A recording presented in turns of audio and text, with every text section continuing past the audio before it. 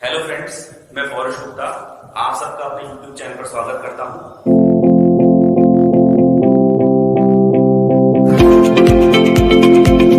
और मैं आज आपको एक अलग टॉपिक पढ़ाने वाला हूं। टॉपिक का नाम है लाइट, रिफ्लेक्शन एंड रिफ्रैक्शन। आज हम रिफ्लेक्शन के बारे में पढ़ेंगे। रिफ्लेक्शन किस तरीके से होता है या फिर किस तरीके से कार्य करता है, रिफ्लेक्शन होता क्या है, इसके बारे में हम बिल्कुल विस्तार से जानेंगे। रिफ्लेक्शन किस प्रकार से कार्य करता है। रिफ्लेक्शन का मतलब होता है हिंदी में परावर्तन और रिफ्रैक्शन का मतलब होता है अपवर्तन। ठीक है, तो हम सबसे पहले बात जानते हैं रिफ्लेक्शन के बारे में। रिफ्लेक्शन कहां पे कार्य करता है और कैसे कार्य करता है। रिफ्लेक्शन को बारे में जानने से पहले सबसे पहले हम जानते हैं लाइट के बारे में। प्रकाश क्या होता है।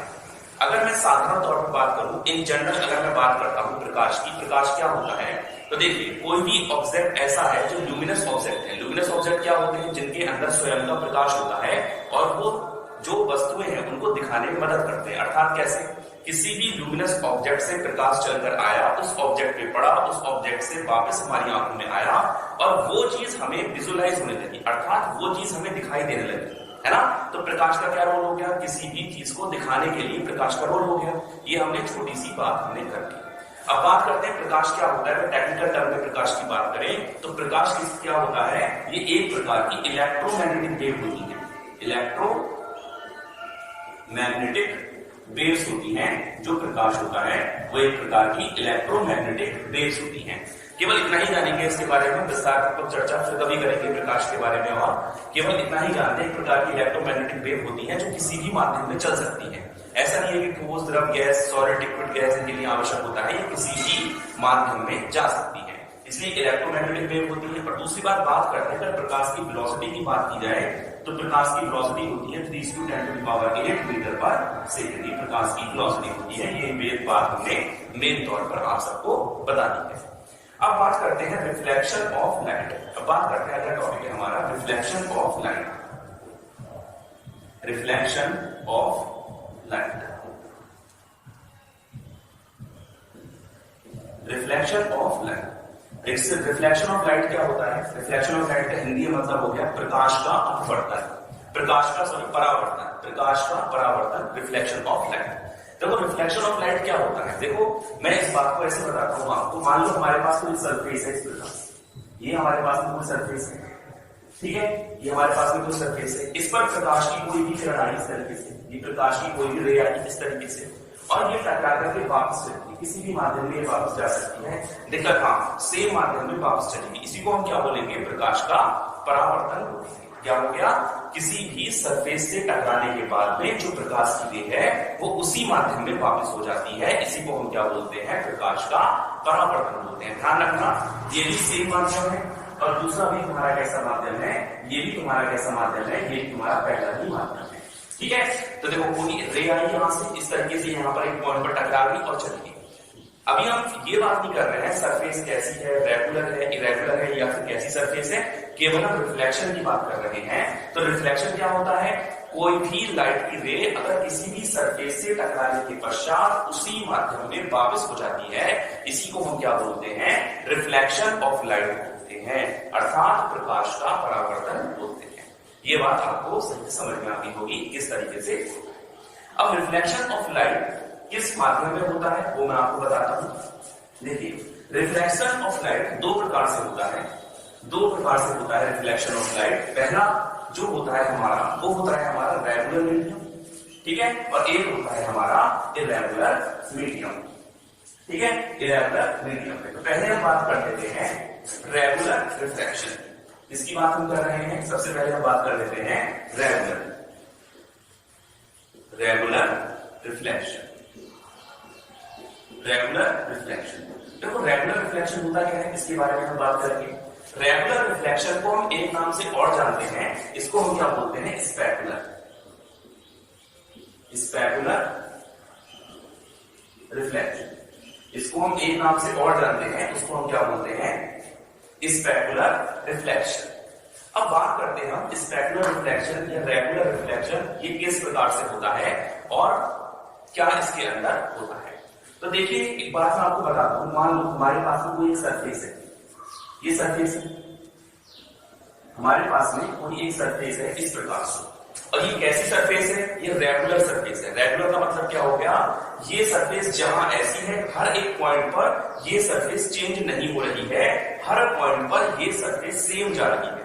आप देख सकते हैं यहां पर ये सरफेस सेम है, आगे बढ़ते बढ़ते ये पूरी सरफेस कैसी है? सेम है। अर्थात हम कह सकते हैं ये पूरी की पूरी सरफेस कैसी है? स्मूथ सरफेस है। अर्थात चिकनी सरफेस है, स्मूथ सरफेस है, पर यहाँ पर कुछ भी इरेगुलरिटीज नहीं है। सही है। तो अब यहां पर क्या होता है, मान लो प्रकाश की रे इस तरीके से आती है और वापस इस तरीके से इसी माध्यम में क्या हो जाती है? रिफ्लेक्टेड हो जाती है। ठीक है, ये हम पढ़ चुके हैं। यहां पर क्या हुआ? ये प्रकाश का रिफ्लेक्शन हुआ। ठीक है, प्रकाश का परावर्तन हुआ। अब मान लो हमने सेंटर पॉइंट पर यहां पर एक क्या कर दिया, यहां पर एक परपेंडिकुलर खींच दिया, यानी हमने एक एम डैश एक परपेंडिकुलर यहां पर हमने ड्रॉ कर दिया। हमने यहां पर क्या किया? एक परपेंडिकुलर ड्रॉ कर दिया। तो कहने का मतलब क्या हुआ कि यहां पर जिस एंगल से ये गई थी उसी एंगल पर क्या हो जाएगा? ये वापस हो जाएगी। कहां पर होती है ये? रेगुलर। किसमें होती है ये? रेगुलर रिफ्लेक्शन में ऐसा होता है। यानी जितना एंगल इसने ये बनाया होगा अगला भी ये बनाएगी। बात कर लेते हैं हम अगली रे की। अगली रे इस तरीके से आएगी, जैसे मान लो इस तरीके से अगली रे आई तो वो भी इस तरीके से जाएगी। कहने का मतलब क्या हुआ? जो एंगल इस रे ने यहां बनाया था वही एंगल इस रे ने यहां बनाना होगा। तो ऐसी सरफेस जो सेम एंगल पर रिफ्लेक्ट होती है। कहां से सेम एंगल हो गया तुम्हारा? जो हमने यहां पर क्या खींचा है? नॉर्मल खींचा है। नॉर्मल से जो सेम एंगल है, अगर दोनों तरफ सेम एंगल पर रिफ्लेक्शन होता है तो उसको हम क्या बोलते हैं?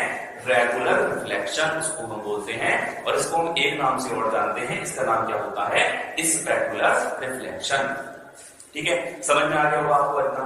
अब हम बात करते हैं अगले प्रकार के रिफ्लेक्शन की, जिसको हम क्या बोलेंगे? जिसको हम बोलते हैं इरेगुलर रिफ्लेक्शन। इरेगुलर रिफ्लेक्शन की बात कर लेते हैं हम।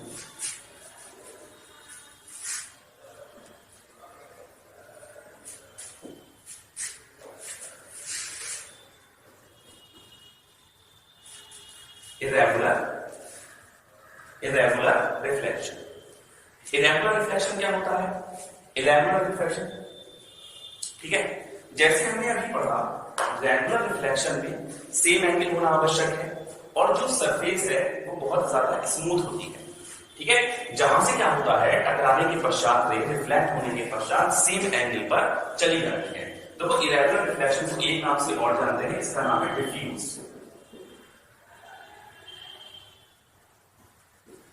डिफ्यूज रिफ्लेक्शन, इसको हम एक नाम से और जानते हैं, क्या होता है वो? Diffuse reflection.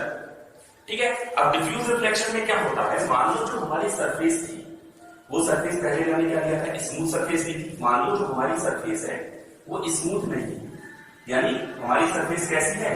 हमारी सरफेस हर जगह पर बराबर नहीं है।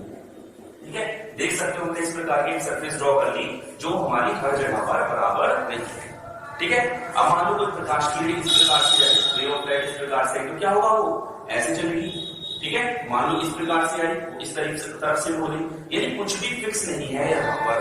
ठीक है, यानी क्या हो रहा है? रे जा रही है तो किसी भी एंगल पर जा रही है। हम कहीं भी देखो नॉर्मल में ड्रॉ करके देखें तो यहाँ पर हमें क्या हो जाएगा? सेम एंगल प्राप्त नहीं होगा। ठीक है, तो जो इस प्रकार की सरफेस से रिफ्लेक्शन होता है, देखो कहीं भी जा सकती है, यहाँ पर हमें सेम एंगल प्राप्त नहीं हो पा रहा है, तो इस प्रकार की सरफेस से जो भी रिफ्लेक्शन होगा उसको हम क्या बोलेंगे? इरेगुलर रिफ्लेक्शन बोलेंगे।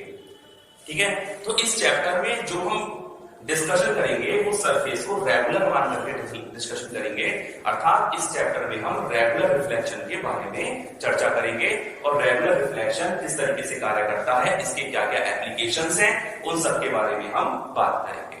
ठीक है, तो अगला टॉपिक है हमारा law of reflection of light. अब law of reflection of light के बारे में हम जान लेते हैं कौन कौन से लॉ होते हैं और क्या उनका एप्लीकेशन है।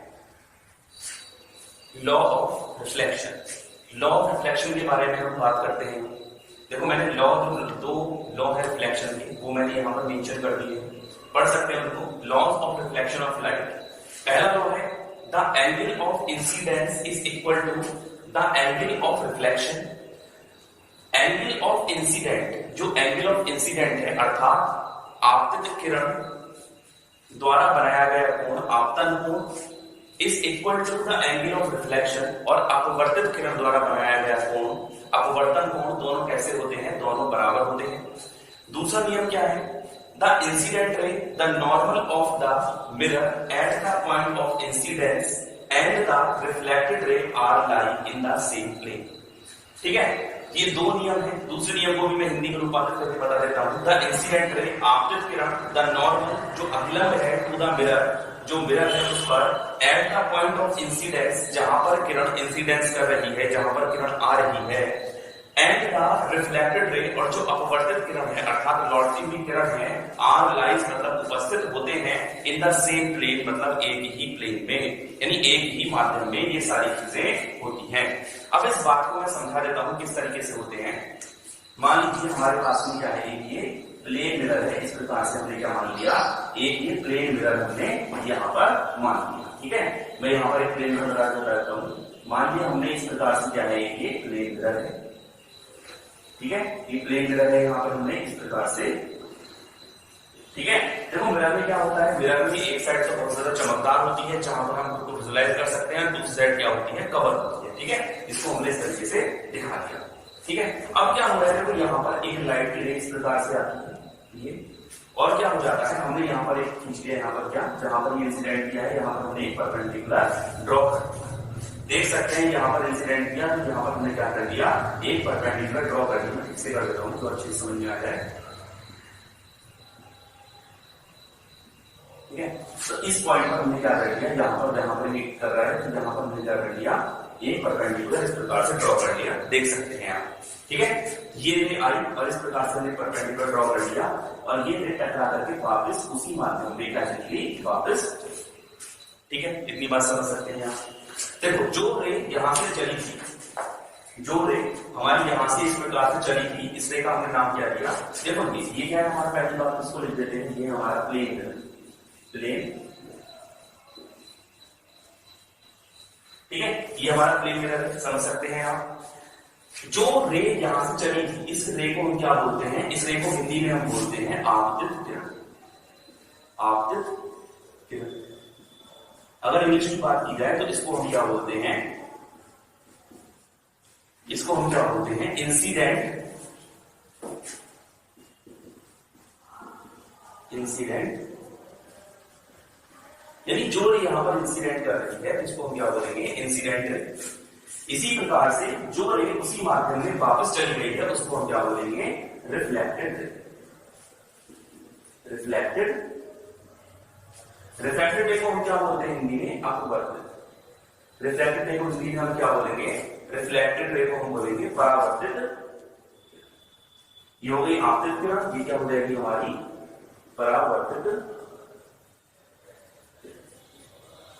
इसको हम बोलते हैं परावर्तित किरण। ये होगी हमारी रिफ्लेक्टेड रे। ये बीच में क्या है, ये हमारा, ये होता है हमारा नॉर्मल, या फिर इसको क्या बोल सकते हैं, अभिलंब बोल सकते हैं। ठीक है, तो आप देख सकते हो जब ये इस तरीके से आई और यहां पर इसने कुछ एंगल बनाया होगा, ये रे वापस इस तरीके से यहां भी इसने कुछ एंगल बनाया होगा, समझ पा रहे हैं आप, है ना। तो पहला रूल क्या होता है, ये रूल किसके लिए एप्लीकेबल होते हैं, ये आपके रूल प्लेन मिरर के लिए एप्लीकेबल है, या स्फेरिकल मिरर है वहां पर भी ये रूल एप्लीकेबल होते हैं। देख सकते हैं आप, the angle of incidence is equal to the angle of reflection. तो देखो जो किरण आपतित किरण द्वारा बनाया गया, देखिए इंसिडेंट रे द्वारा जो एंगल बनाया गया है इसी को हम क्या बोलेंगे, इसी को हम क्या बोलते हैं, एंगल ऑफ इंसिडेंस। ये हमारा कौन सा हो गया, एंगल ऑफ इंसिडेंस। ये हमारा क्या हो जाएगा, एंगल ऑफ इंसिडेंस। अब देख सकते हैं रिफ्लेक्टेड रे द्वारा जो एंगल बनाया गया, तो रिफ्लेक्टेड रे द्वारा जो एंगल बनाया गया इसको हम क्या बोलेंगे, इसको हम बोलते हैं एंगल ऑफ रिफ्लेक्शन। इसको क्या बोलते हैं, एंगल ऑफ रिफ्लेक्शन। ठीक है, ये क्या हो गया, एंगल ऑफ इंसिडेंट और एंगल ऑफ रिफ्लेक्शन। तो पहला रूल हमारा क्या कहता है, the angle of incidence is equal to the angle of reflection.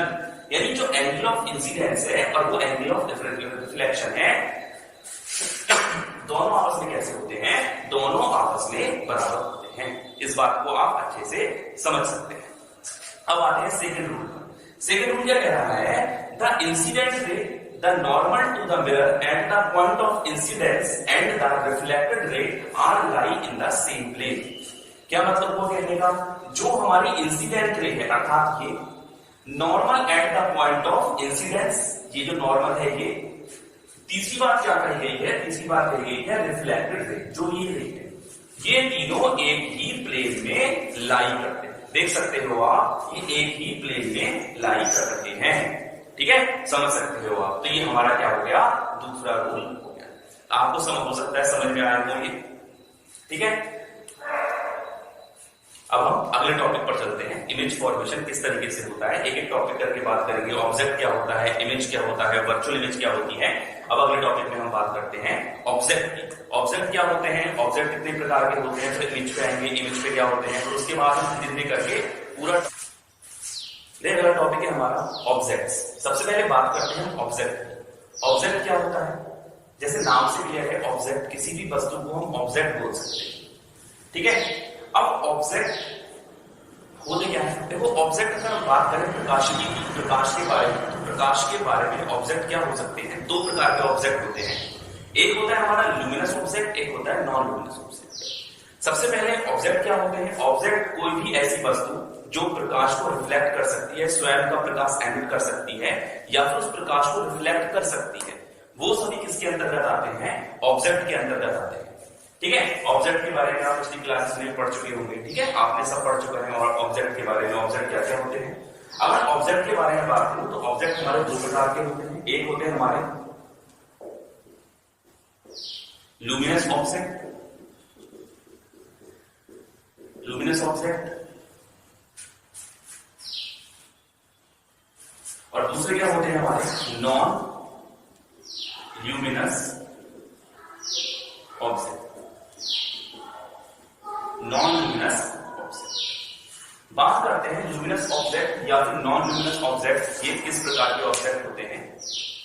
देखिए सबसे पहले देखते हैं ल्यूमिनस ऑब्जेक्ट। देखिए ल्यूमिनस ऑब्जेक्ट इस प्रकार के ऑब्जेक्ट्स को हम बोलते हैं जो स्वयं के द्वारा प्रकाशमान होते हैं, अर्थात उन ऑब्जेक्ट्स को किसी भी लाइट की आवश्यकता नहीं होती, अर्थात उनके अंदर स्वयं का प्रकाश होता है, ठीक है।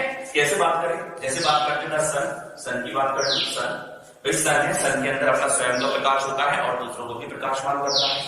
दूसरी बात करते हैं स्टार्स, स्टार्स, ठीक है, जैसे सन है, स्टार्स है, ठीक है। तो इन सब के अंदर क्या होता है, स्वयं का प्रकाश होता है, और इन्हीं को हम क्या बोलते हैं, ल्यूमिनस ऑब्जेक्ट बोलते हैं, ठीक है। और बात कर लें, जैसे घरों में आप ये ट्यूबलाइट्स वगैरह होती है, CFL है ना, बल्ब है, तो क्या कर रहे हैं, वो स्वयं का प्रकाश एमिट्स कर रहे हैं, उन्हीं को हम क्या बोलते हैं, ल्यूमिनस ऑब्जेक्ट बोलते हैं। समझ में आ गया होगा। अब बात करते हैं नॉन ल्यूमिनस ऑब्जेक्ट्स। देखो नॉन ल्यूमिनस ऑब्जेक्ट ऐसे ऑब्जेक्ट्स होते हैं जिनमें स्वयं का प्रकाश तो नहीं होता, अर्थात वो खुद लाइट तो एमिट नहीं करते, लेकिन जब उन पर प्रकाश डाला जाता है, जब उन पर लाइट आकर पड़ती है, तो वो उस लाइट को स्कैटर्ड कर सकते हैं या फिर लाइट को रिफ्लेक्ट कर सकते हैं। ऐसे ऑब्जेक्ट्स को हम क्या बोलते हैं, नॉन ल्यूमिनस ऑब्जेक्ट बोलते हैं। नॉन ल्यूमिनस ऑब्जेक्ट कौन कौन से हो सकते हैं भाई, जैसे बात करते हैं फ्लावर, चेयर, टेबल, समझ सकते हो आप। यानी जितनी भी चीजें आप ऐसी देख रहे हैं जो किसी दूसरे के द्वारा प्रकाशमान है या प्रकाशित हो रही है, ऐसी चीजों को हम क्या बोलते हैं, नॉन ल्यूमिनस ऑब्जेक्ट बोलते हैं। अगला टॉपिक है हमारा इमेज।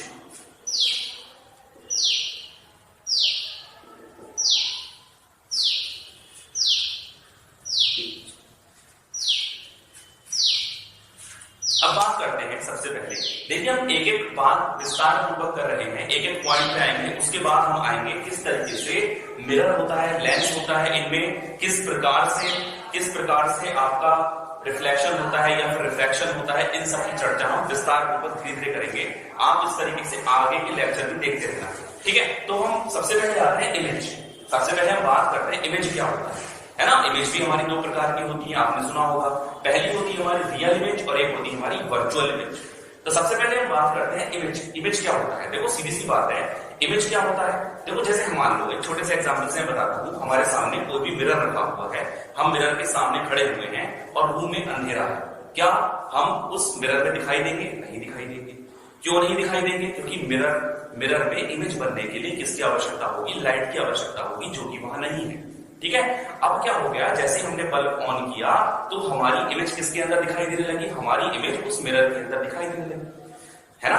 तो इमेज क्या होगा, इमेज हमारा क्या होता है, एक प्रकार का ऑप्टिकल एपियरेंस होता है, यानी प्रकाश के माध्यम से किसी भी ऑब्जेक्ट का ऑप्टिकल एपियरेंस, अर्थात उसका जो प्रकाश की दृष्टि से जो उसका संरचनात्मक रूप है, वर्णनात्मक रूप है, वो किसी भी मिरर के अंदर किस प्रकार से दिखाई देगा, वही हमारा क्या कहलाता है, इमेज कहलाता है। ठीक है, तो इमेज क्या होता है हमारा, ऑप्टिकल एपियरेंस होता है ना। ऑप्टिकल एपियरेंस होता है, समझ सकते हैं आप, किसी भी प्रकार का ऑप्टिकल एपियरेंस होता है जो इसकी वर्णनात्मक स्थिति को वर्णित करता है, उसी को हम क्या बोलते हैं, इमेज बोलते हैं। इमेज हमारी दो प्रकार की होती है भाई। इमेज पहली कौन सी होती है, रियल इमेज होती है, एक होती है हमारी वर्चुअल। ठीक है, एक होती है हमारी वर्चुअल इमेज, एक होती है हमारी रियल इमेज। अब बात करते हैं कि रियल इमेज क्या होती है और वर्चुअल इमेज क्या होती है। देखो पहले मैं आपको रियल इमेज के बारे में बताता हूं।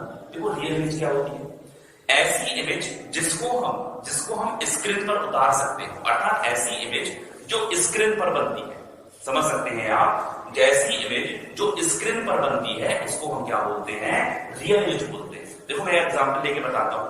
जैसे सिनेमा घर में क्या होता है, हम सब बैठे हुए होते हैं और पीछे से वीडियो बन रही होती है, वीडियो उस पर डाली जाती है और स्क्रीन पर क्या किया जाता है, जो भी कलाकार है उनकी इमेज बन करके आती है, तो वो इमेज हमारी कैसी होती है, रियल इमेज होती है। अर्थात केवल इतना ही आपको ध्यान रखना है कि रियल इमेज क्या होती है, जो हमारी किस पर बनती है, जो हमारी फोटोग्राफिक प्लेट पर बनती है, या फिर ये कह सकते हैं जो किसी भी स्क्रीन पर इमेज बनती है, पर्दे पर जो इमेज बनती है, वो हमारी कैसी होती है, रियल इमेज। अब बात करते हैं वर्चुअल इमेज। वर्चुअल इमेज क्या होता है, देखो रियल का मतलब क्या होता है, वास्तविक होता है, वास्तविक होता है। वर्चुअल की बात करें तो वर्चुअल को हिंदी में बोलते हैं हम आभासी इमेज। इमेज मतलब प्रतिबिंब। भाई आभासी प्रतिबिंब क्या होता है, या फिर वर्चुअल प्रतिबिंब क्या होता है।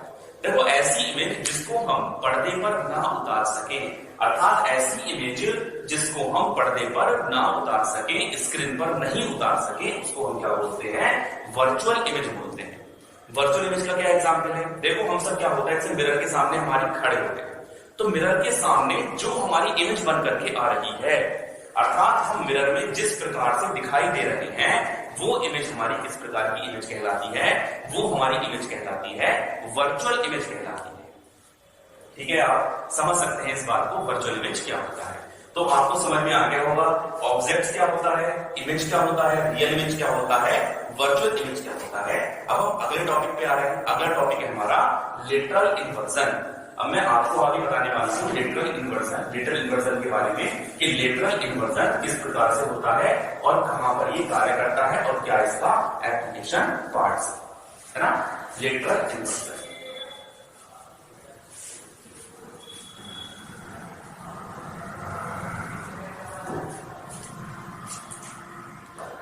लेटरल इन्वर्जन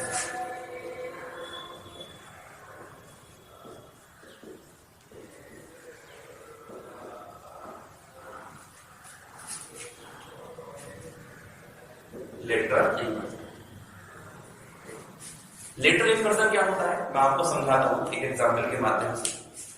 देखिए क्या होता है, हम जब किसी भी मिरर के सामने खड़े होते हैं, जैसे मैं अगर किसी भी मिरर के सामने खड़ा होता हूं, तो मैंने अपना राइट हैंड इरेज किया। अगर मैंने राइट हैंड इरेज किया अपना, अगर मैंने अपना सीधा हाथ उठाया, तो मैं देखता हूं जो मेरी इमेज किसी भी मिरर के अंदर बन रही है, उसमें मेरा लेफ्ट हैंड उठा हुआ दिखाई देता है ना। समझ सकते हैं आप इस बात को। अगर मैं अपना लेफ्ट हैंड उठाता हूं, तो इमेज में कौन सा हाथ उठा हुआ दिखाई देगा, राइट हैंड उठा हुआ दिखाई देगा, है ना।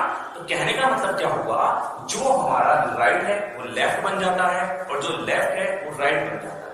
किसके अंदर बन जाता है, मिरर के अंदर ऐसा होता है। समझ में आ रही है आपको बात, है ना, समझ सकते हैं बात। तो ये जो फिनोमिना है, इसी फिनोमिना को हम क्या बोलते हैं, लेटरल इन्वर्जन। इसी फिनोमिना को हम बोलते हैं। When an object is placed in front of a mirror, then the right side of an object appear to become the left side of image, and the left side of an object appears to become the right side of an image, the change of side of an object and the mirror image is called lateral inversion. ठीक है, समझ सकते हो आप, इसी को हम क्या बोलते हैं, लेटरल इन्वर्जन बोलते हैं। यानी किसी भी इमेज का लेफ्ट साइड, किसी भी ऑब्जेक्ट का लेफ्ट साइड राइट साइड में हो जाना या फिर राइट साइड लेफ्ट साइड में हो जाना, इसी को हम क्या बोलते हैं, लेटरल इन्वर्जन कहते हैं। ठीक है, अब मैं और आपको समझा सकता हूं। देखिए काम करते हैं, हमने मिरर बना के इस प्रकार से, हमने एक मिरर, ये इस प्रकार से हमारा कौन सा मिरर है, ये प्लेन मिरर है। प्लेन मिरर की हम बात कर रहे हैं, प्लेन मिरर, प्लेन मिरर की हम बात कर रहे हैं। ये हमारा कैसा मिरर है, प्लेन मिरर है, और ये हमारी कैसी साइड है, स्मूथ साइड है। मान लेते हैं हमारे पास में कोई ऑब्जेक्ट है, इस प्रकार से हमने एक ऑब्जेक्ट बना लिया है। ठीक है, इस प्रकार से हमने एक ऑब्जेक्ट बना लिया, सही। अब क्या होगा, देखो यहां से एक ऑब्जेक्ट से लाइट इस प्रकार से पास हो रही है, सही। दूसरी रे हमारी इस प्रकार से पास हो रही है, दो रे हमारी इस प्रकार से पास हो रही हैं। इस ऑब्जेक्ट से टकराने के बाद जो प्रकाश की किरण है वो इस प्रकार से हमारी यहां से पास हो रही है। एक किरण हमने मान ली हमारी इस प्रकार से पास हो रही है। आगे क्या होगा, देखो टकराने के बाद में इमेज हमारा फॉर्मेशन इधर की तरफ होगा। आगे हमारा क्या होगा, इमेज फॉर्मेशन हमारा कहां पर होगा, मिरर में होगा, इधर की तरफ इमेज फॉर्मेशन होगा। लेकिन वो इमेज फॉर्मेशन किस प्रकार से होगा, देखो टकराने के पश्चात ऐसे नहीं, ऐसे जाने के पश्चात ये वापस इस तरीके से आएगी। ठीक है, ये रे भी वापस इस तरीके से आएगी। ठीक है, ये वापस इस तरीके से आएगी, और ये रे कहां पर आ गई, यहां पर कोई व्यक्ति बैठा हुआ है, ये समझ सकते हो आप। यहां पर कोई व्यक्ति बैठा हुआ है, ये हमारी क्या हो गई, आईज हो गई। इस तरीके से मैं आईज बना लेता हूं, देख सकते हैं आप, ये हमारी क्या हो गई, आईज हो गई इस तरीके से। जो मैं सही से करता हूँ थोड़ा सा, ये इस तरीके से हमारी आईज हो गई, देख सकते हैं आप, है ना। तो यहां से इस व्यक्ति ने देखा तो इमेज कहां पर फॉर्म होगी, इसी को हम आगे बढ़ा देते हैं इस प्रकार से, है ना, और इसको हम आगे बढ़ाते हुए चलते हैं इस प्रकार से। समझ सकते हैं आप, इस तरीके से टकरा के हमारी आंखों में गई, इससे टकरा के आंखों में गई, और इमेज कहां बनेगी, हमारी आंखों के सामने यहां पर इमेज बन जाएगी, सेम टू सेम इस प्रकार की बन जाएगी। लेकिन इसमें दिक्कत क्या होगी, केवल ये होगा यहाँ पर लेटरल इन्वर्जन, यहाँ पर, है ना। देखो सेम साइज की इमेज बनती है और सेम डिस्टेंस पर इमेज बनती है, समझ सकते हैं आप। देखो प्लेन मिरर के बारे में मैं कुछ और बातें बताने वाला हूं, जो प्लेन मिरर के बारे में आपको ध्यान रखनी है। यानी प्लेन मिरर में क्या क्या कैरेक्टरिस्टिक्स हैं, क्या क्या प्लेन मिरर के गुण हैं, उनकी बातों की हम चर्चा करेंगे। देखो characteristics of the image by the plane mirror. अगर प्लेन मिरर में कोई भी इमेज बन पा रही है, उसके क्या क्या कैरेक्टरिस्टिक्स हैं, उसके बारे में हम चर्चा करेंगे।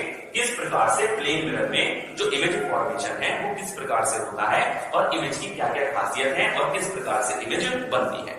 देखिए पहले पॉइंट की बात करते हैं, the image of real object is always virtual, such image can not be taken on A screen. पहली बात तो जो प्लेन मिरर में जो इमेज बनती है, पहला पॉइंट हमारा कैसा हो गया, वर्चुअल।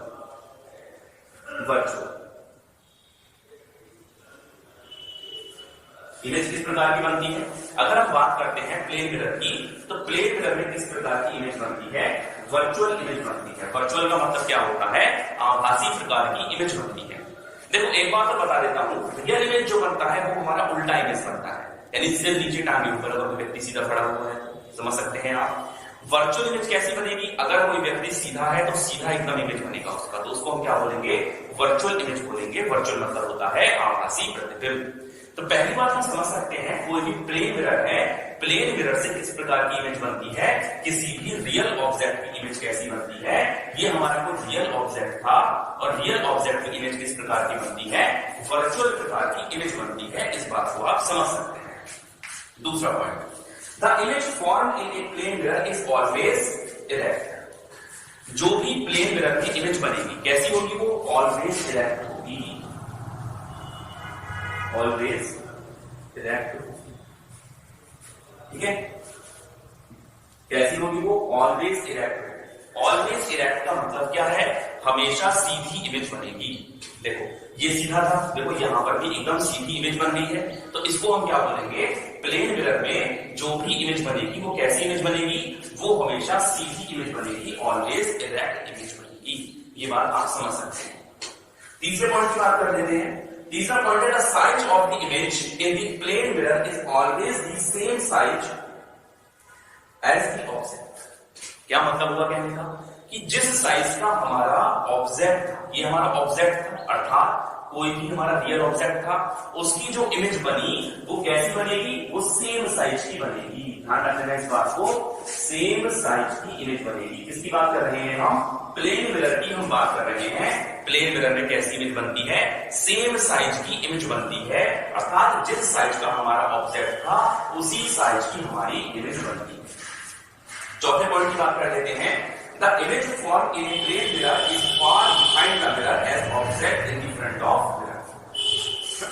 चौथे पॉइंट में बात कर लेते हैं कि इमेज, देखो मान लो जैसे हमारा मिरर ये था, यह हमारा मिरर था, और इस मिरर से करीब मान लो, इसको मैं ऐसे मान लेता हूं, मान लो यहां से यहां तक की डिस्टेंस मैंने मान ली, यहां से यहां तक की डिस्टेंस मैंने मान ली 2 मीटर। 2 मीटर की डिस्टेंस पर कोई व्यक्ति खड़ा हुआ था, तो जो यहां पर ऑब्जेक्ट की इमेज जो बन रही है वो भी कितने मीटर पर बनेगी, पीछे की तरफ, वो भी 2 मीटर पर बनेगी। समझ सकते हैं आप, है ना।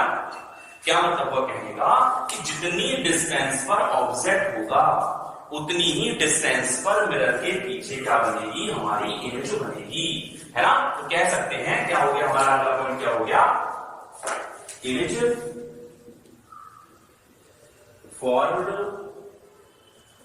है ना, image formed at same distance.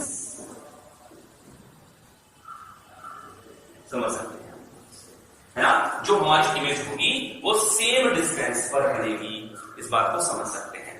अब आते हैं हम 5वें पॉइंट पर। The image formed at the plane mirror is laterally inverted that the left side of an object becomes the right side of an image and vice versa.